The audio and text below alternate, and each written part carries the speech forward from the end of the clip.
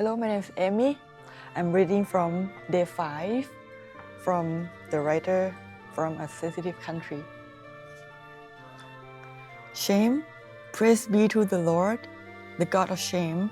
Genesis 9 verse 26. Shem is likely Noah's first son, as his name appears first. Together with his brothers, he helped build the ark, gather creatures, and care for them through the judgment of the flood. While little is said about his character in the Bible, God's blessings over him were vividly clear. Shem lived in a world filled with corruption and evil, yet entered the ark in obedience with his family. It is notable that his survival was not by his own merit, but because of God's grace and faithfulness. Shem and his brothers became the forefathers of all humanity, and Shem, through Abraham, became the custodian of God's covenant. Shem stands out as a remarkable figure among Noah's sons. His actions not only brought honor to his family but also glorified God. When Noah lay uncovered in his tent after becoming drunk, Shem's response reflected deep respect and responsibility.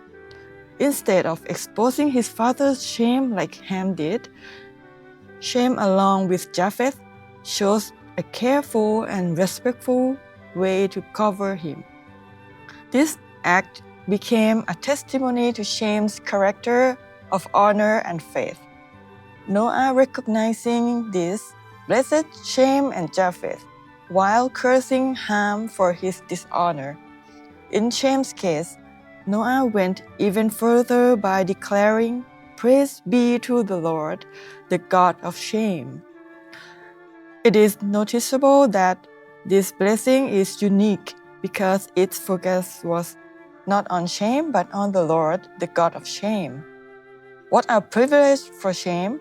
God is being recognized as his God, similar to the way later generations referred to the Lord as the God of Abraham, Isaac, and Jacob.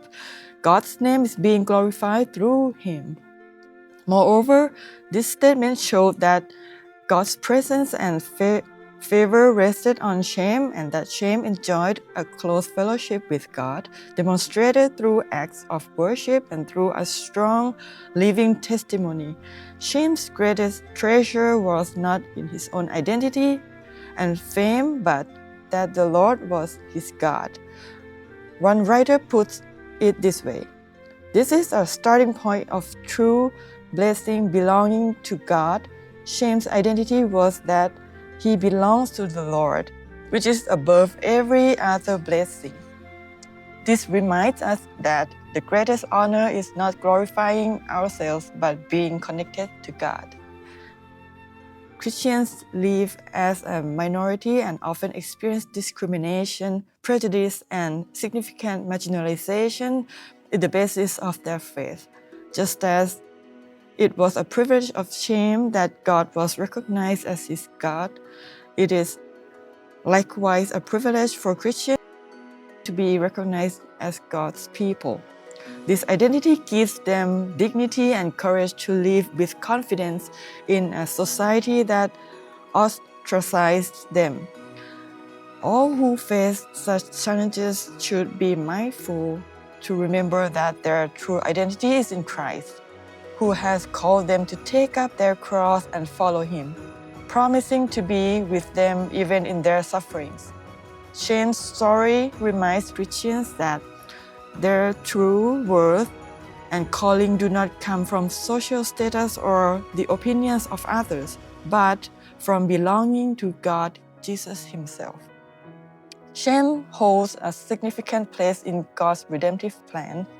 From his lineage came the Semitic nations and, most notable, Abraham, through whom God established his covenant.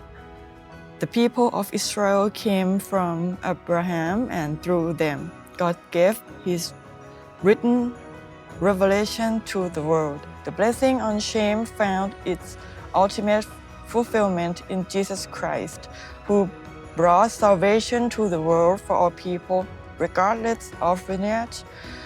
Despite disruptions like the Tower of Babel, God's plan continued through Shame's life, making him a vital link to the chain of divine promises and blessings which culminate in Jesus Christ for the whole of humanity.